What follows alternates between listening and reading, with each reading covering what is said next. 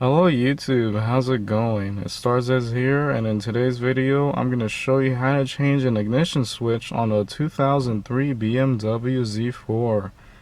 You'll also find that this tutorial is also applicable with other years of this BMW Z4 as well as other models, although the exact steps may vary slightly.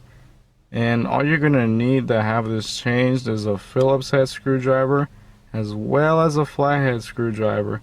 And if it's possible, try to get one with a very skinny end because there's going to be two screws that you'll need to take off.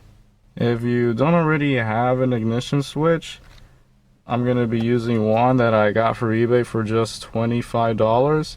And if you look on AutoZone and Advanced Auto Parts, they're like $90 or so.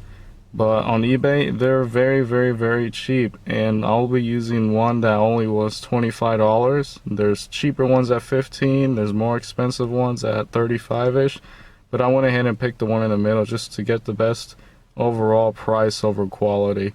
So if you don't already have one, I'd recommend you to get one off of eBay as they're a lot cheaper, and I'll have a link to one in the description below that will be more than enough to help you out in your situation.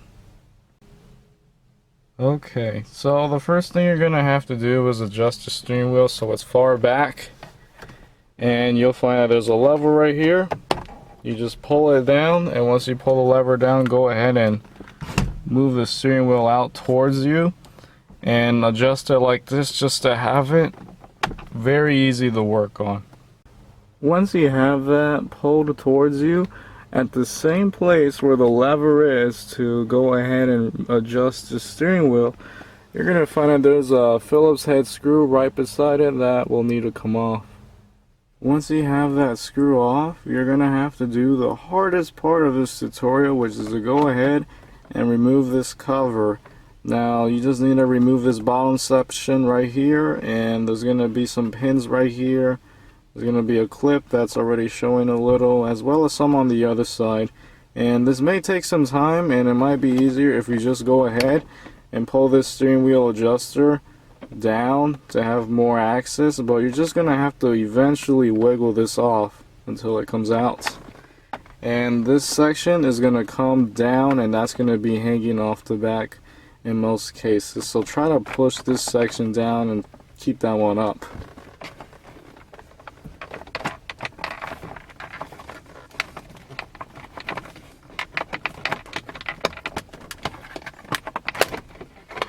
There you go. I was able to get that section off, and I'll tell you, the first time I did this, it took me at least 10 minutes, so don't be surprised if you're having a hard time trying to take this trim piece off.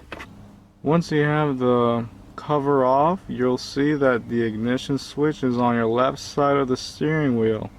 And now, with the ignition switch exposed, you're going to see that there are two screws that are hanging onto it, and they both have a red marking on it. And this is where you're going to have to use your flathead screwdriver, and you don't want to remove them, you just want to loosen them so you can go ahead and get this ignition switch off. Once you have the two screws loosened, you're going to go ahead and disconnect the negative section of the battery. And for this car, you're going to need a 10mm socket in order to have that removed.